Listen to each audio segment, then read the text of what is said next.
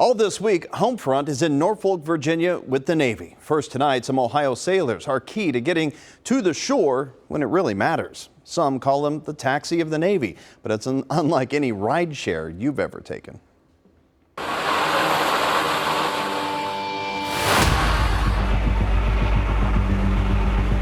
Zooming across water and the beach, the Landing Craft Air Cushion, or LCAC, has one main mission: to get supplies from the ship to the shore.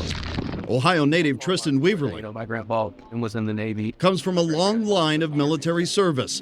He serves as the LCAC navigator. When the engines and the lift fans are running, they're building all that air, and when they open up, it'll push that air down into the back or plate itself. So like a hovercraft. A lot of people make fun of us for calling it flying, but technically when we're all the way on cushion, you are just slightly above whatever, concrete or water, what you're on top of. So you're actually above? Yeah, above. Not a lot, but... Hey, enough to say you're flying, right? Yeah. On that cushion of air, it can carry upwards of 70 tons of equipment and troops. It's powered by 4 gas turbine engines.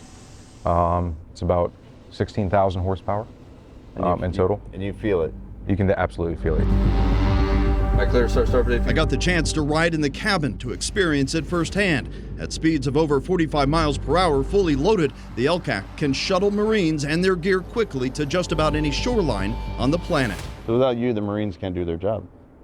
They'd have a hard time getting ashore. So you can put 2 LCACs in here? 2 LCACs. Paul Hast hails from Columbus, Ohio. He's giving me a tour of the USS Carter Hall, a dock landing ship that floods its well deck here to allow LCACs and other boats to come and go. But we flooded out. So how deep is this when it's full? Up to 5 feet here. 5 feet? Probably up at the beach. So up to my neck deep of water back there. What's so important about this ship? Of the 3 variants of amphibious warships, this is your Swiss Army knife.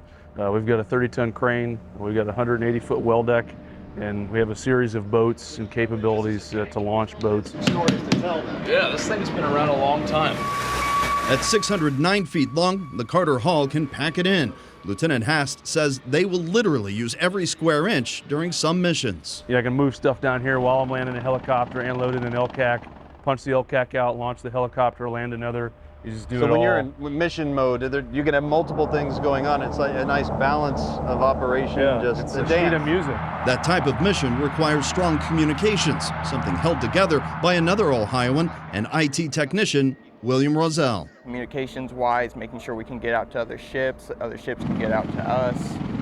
And communicate with the air. Yes. The Carter Hall and those LCACs have helped when Haiti was in crisis following an earthquake. When you have young men and women that are sailors and Marines that get their hands dirty and helping other countries and other nations that are in need, it makes you feel really good and really humble. And that humanitarian effort is often overlooked because everyone thinks Navy, Air Force, Army, Marines, all training just to go kill people or be in war. Absolutely. There's a huge humanitarian component to it. Sometimes we do more of that than we do. I mean, we're constantly training. The ship's motto is, working for peace, ready for war. That's what we say on the ship. But in that working for peace, I mean, 80% of what we do is probably preparing for, just helping a fellow man in need.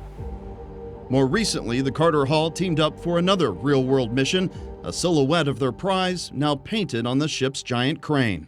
Our deck team was involved in the recovery efforts of a high-altitude balloon earlier this year, and so we just have our own mark on board the ship to kind of recognize the effort that our sailors put into that operation.